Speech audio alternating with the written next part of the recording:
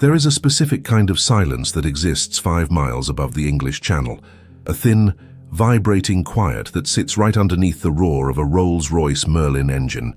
It's the kind of silence that makes you hear things you shouldn't. You're strapped into a cockpit the size of a coffin, surrounded by glass and freezing air, and your entire existence depends on 1,000 moving parts staying in perfect, rhythmic agreement. If one bolt shears, if one wire frays, you don't just stop, you fall out of the world. I spent months sifting through the 1943 combat reports at the National Archives, looking for the technical reasons why so many RAF pilots felt they weren't alone in those cockpits. What I found wasn't a series of mechanical diagrams or fuel-grade complaints. I found a collective haunting. We've been taught to think of gremlins as a joke, a bit of wartime whimsy popularized by Roald Dahl and Walt Disney.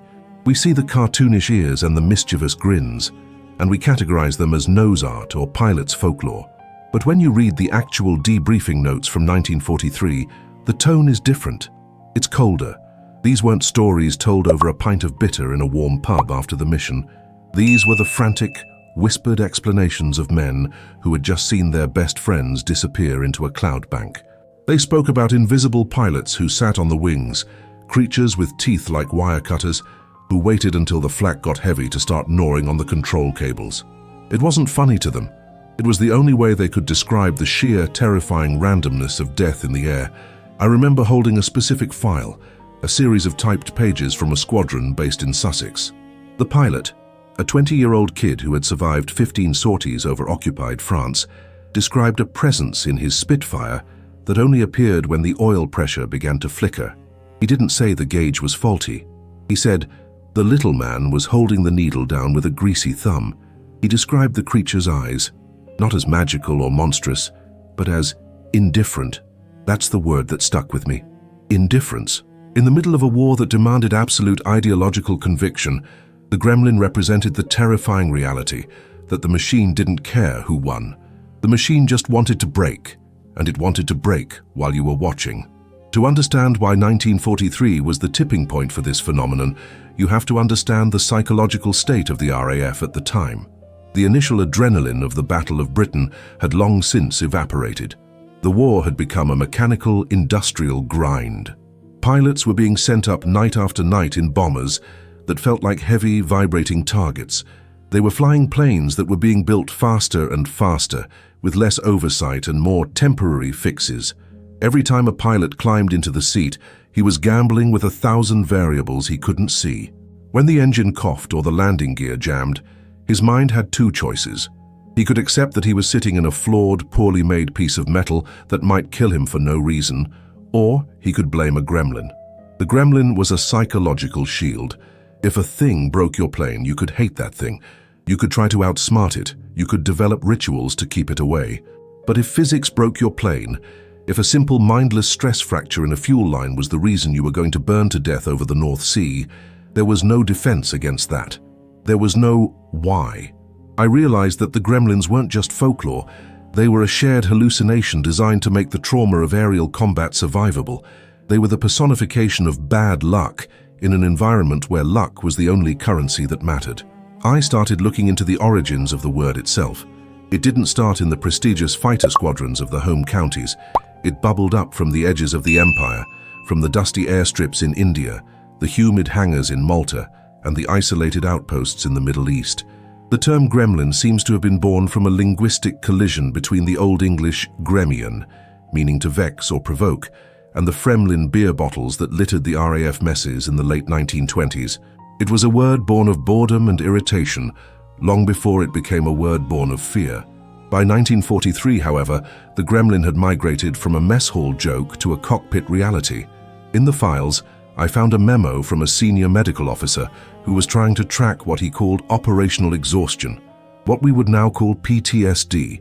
He noticed that the more superstitious a pilot became, the more likely he was to report gremlin activity.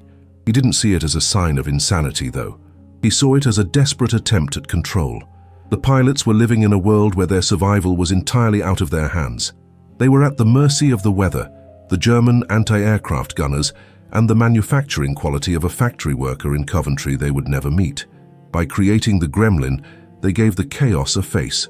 They turned a mechanical failure into a personal duel. I think about that 20-year-old pilot in Sussex a lot. I think about him sitting in that cockpit, the smell of high-octane fuel and sweat filling his mask, looking out at the freezing blue of the sky and waiting for the little man to show up. He wasn't crazy. He was just trying to bridge the gap between the man he was and the machine he was forced to become. He needed a scapegoat for the terror.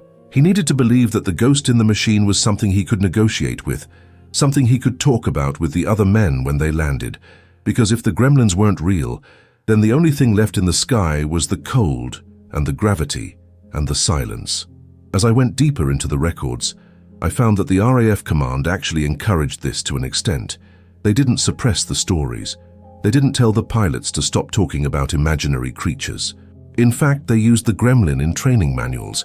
They created posters of gremlin types, the spandule that lived in the clouds, the cavity gremlin that hid in the instrument panel, the water wagglers that messed with the fuel.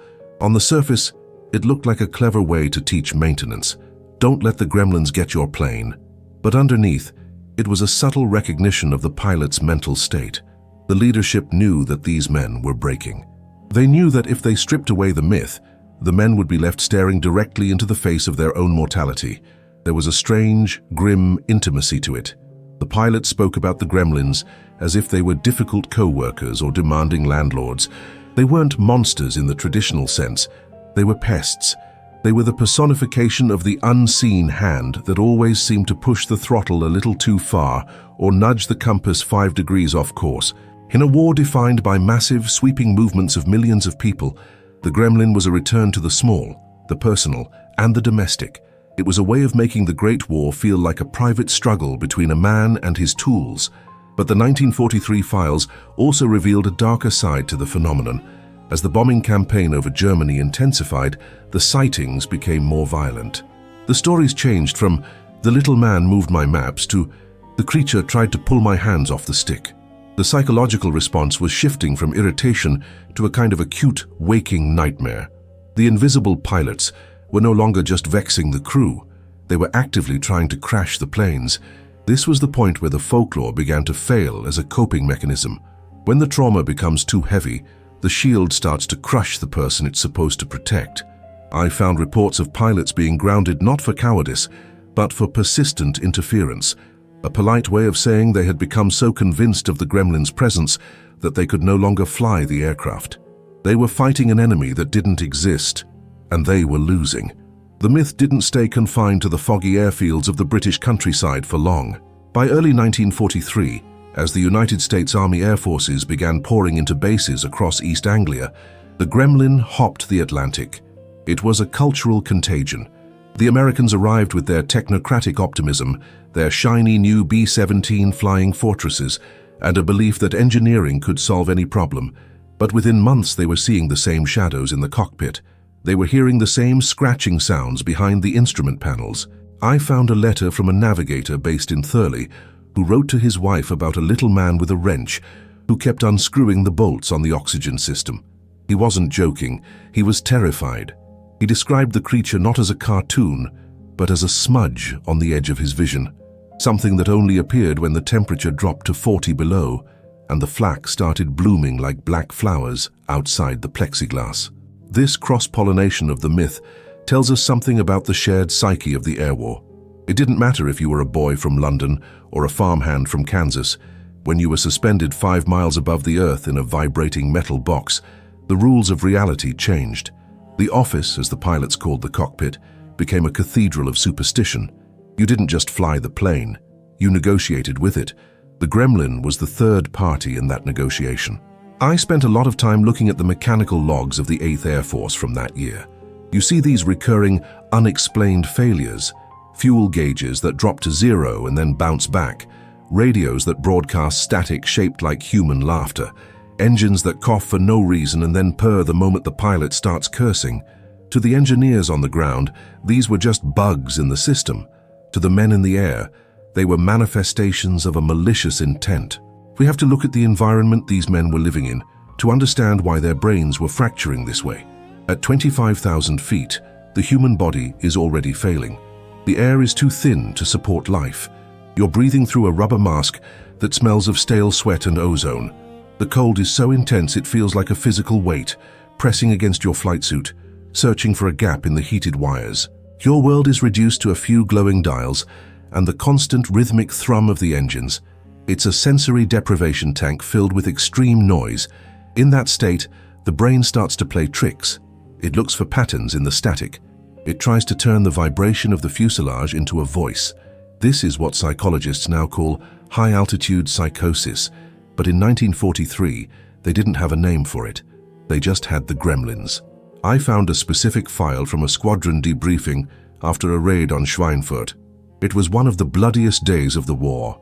One pilot, a man who had already completed 18 missions without a scratch, claimed that halfway through the bomb run, a gremlin had crawled onto his windshield. He described it with chilling detail, about 6 inches tall, wearing a miniature flight suit, holding a tiny hammer.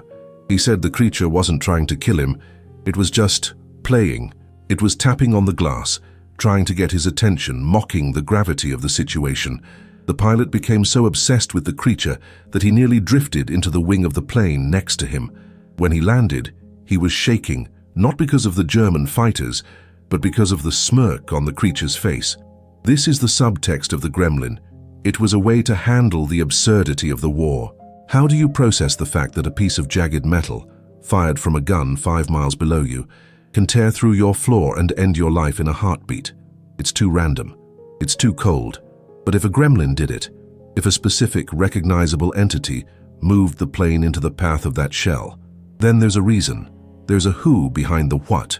It turns a slaughterhouse into a ghost story, and humans have always been better at surviving ghost stories than they are at surviving statistics.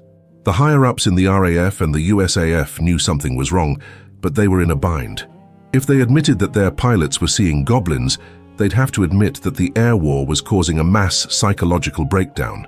They couldn't afford to ground half their crews for nerves. So they did something brilliantly cynical. They institutionalized the Gremlin. They turned the trauma into a safety campaign. They hired artists, including a young Roald Dahl and even Disney, to create posters and training films featuring gremlins. The message was, gremlins are real, and they're caused by your own carelessness. If you didn't check your oil pressure, a gremlin would get you. If you didn't secure your gear, the gremlins would play with it. They took the manifestation of combat stress and turned it into a mascot for maintenance. I think about the cruelty of that for a moment. Imagine being that pilot in Thurley, seeing something impossible in the shadows of your cockpit, and then coming back to the base only to see a cartoon version of that same nightmare pinned to the mess hall wall, telling you to watch your step. It was a way of gaslighting an entire generation of flyers. The military took their shared hallucination and used it as a tool for discipline. They moved the gremlin from the realm of the supernatural to the realm of the bureaucratic. But the files show that the pilots saw through it. They knew the Disney gremlins weren't the ones they were meeting in the clouds over the Ruhr Valley. Their gremlins didn't have big ears and cute smiles. Theirs were made of oil smoke and the fear of dying in the dark. There was a term used in the RAF during this time, lack of moral fiber, or LMF. It was the ultimate brand of shame. If a pilot refused to fly, or if he broke down under the pressure, he was stripped of his rank, his wings were taken away, and his records were stamped with those 3 letters. It was a professional and social death sentence. In that environment, the gremlin was a literal lifesaver. You couldn't tell your commanding officer that you were too scared to fly, but you could tell your buddies that the gremlins were acting up on your tail assembly. It was a coded language. It allowed men to admit they were at their breaking point without actually saying the words. The gremlin was the only invisible pilot allowed to show weakness. By the autumn of 1943, the archives suggest that the phenomenon had reached its peak. The air war was at its most desperate. The casualty rates were staggering, sometimes reaching 25% per mission. If you were a crew member on a heavy bomber, you were statistically dead before you reached your 10th sortie. In that furnace of attrition, the gremlin became more than just a pest. It became a companion. Pilots started talking to them. They'd leave bits of candy or cigarettes on the dashboard as offerings. They were trying to bribe the darkness. I found one report where a tail gunner claimed he shared a sandwich with a gremlin during a long flight back from Berlin. He said it was the most honest conversation he'd had in years. That gunner wasn't crazy. He was just lonely in a way that most of us will never understand. He was 5 miles up, surrounded by fire and death, and he found a friend in the only thing that made sense, the monster in the machine. The brass back at High Wycombe and the Pentagon didn't quite know what to do with these stories.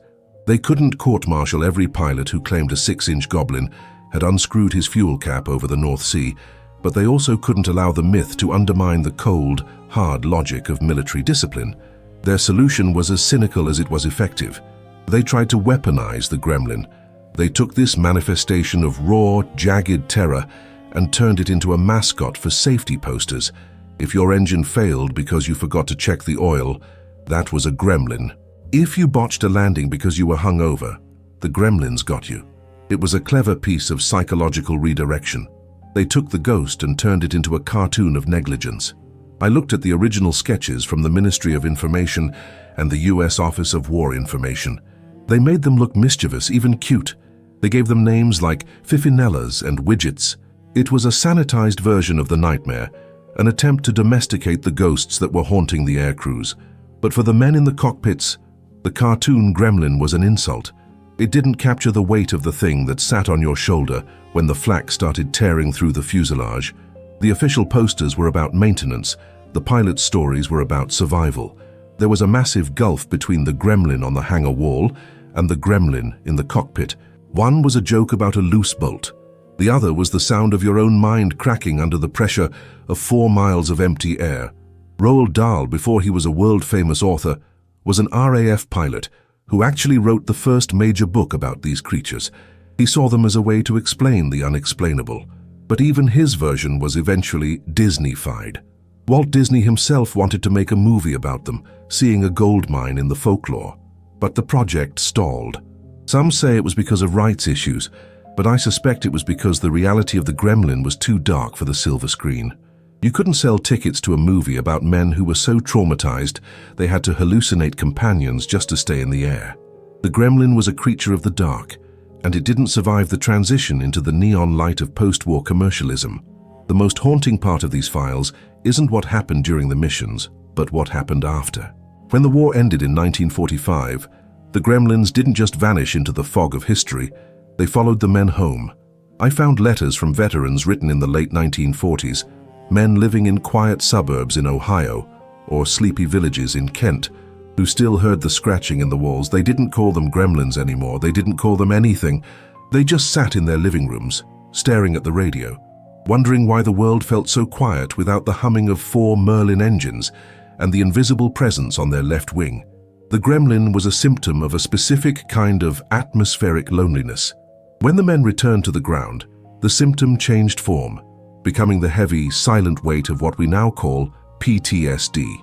The transition from the propeller age to the jet age seemed to kill the Gremlin for good.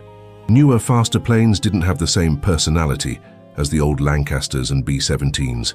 They were sleek, pressurized, and disconnected. The vibrations changed, the sounds changed, and with that, the folklore shifted. We stopped seeing goblins on the wings and started seeing lights in the sky. The Gremlin evolved into the UFO, another way for the human mind to process the vast, terrifying emptiness of the heavens. But the root is the same. It's the need to populate the void. We are a social species, and we were never meant to be 5 miles up alone surrounded by machines designed to kill us. I spent a long time looking at a photograph of a B-24 crew from 1944. They're all grinning, leaning against the nose art of their plane. The plane is named Gremlin's Gal. They look like kids, because they were kids. And when you look closely at their eyes, you see it. That 1,000-yard stare that comes from seeing things that aren't there because the things that are there are too much to handle. The Gremlin wasn't a myth. It was a bridge. It was the only thing that allowed a 19-year-old boy from a farm in Iowa to fly through a wall of fire over Essen and come back with his soul somewhat intact. It gave him someone to blame. It gave him someone to talk to. We like to think of World War II as a series of maps, arrows, and cold statistics. We talk about tonnage dropped and sorties flown, but the real war was fought in the 6 inches between the pilots' ears. That's where the Gremlins lived. They were the invisible pilots of the secondary war, the one for sanity.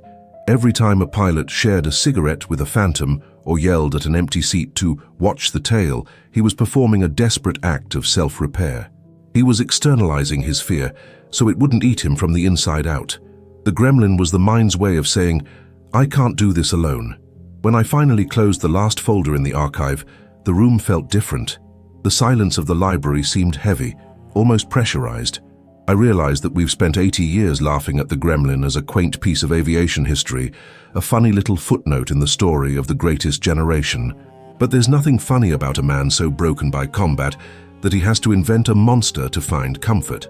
We turned the gremlin into a toy, a movie, and a mascot because the alternative was too painful to acknowledge. We didn't want to admit that our heroes were terrified.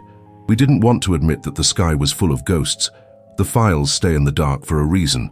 They remind us that the machine is only as strong as the person operating it, and that every person has a breaking point. The gremlins are still there in a way. They're in every shadow of a high-altitude flight, in every unexplained rattle of an aging airframe. They are the echoes of a million men who had to lose their minds just a little bit to keep their hearts from stopping. They are the guardians of the breaking point. Next time you're on a flight and you feel that sudden, sharp jolt of turbulence, or you hear a metallic tap against the window that doesn't quite sound like rain, don't look for a loose bolt. And don't look for a cartoon. Just remember the men of 1943 who sat in those frozen cockpits, miles above the earth, and realized that the only way to survive the darkness was to make friends with the monsters inside it. The gremlin isn't a joke, it's a confession. That's the end.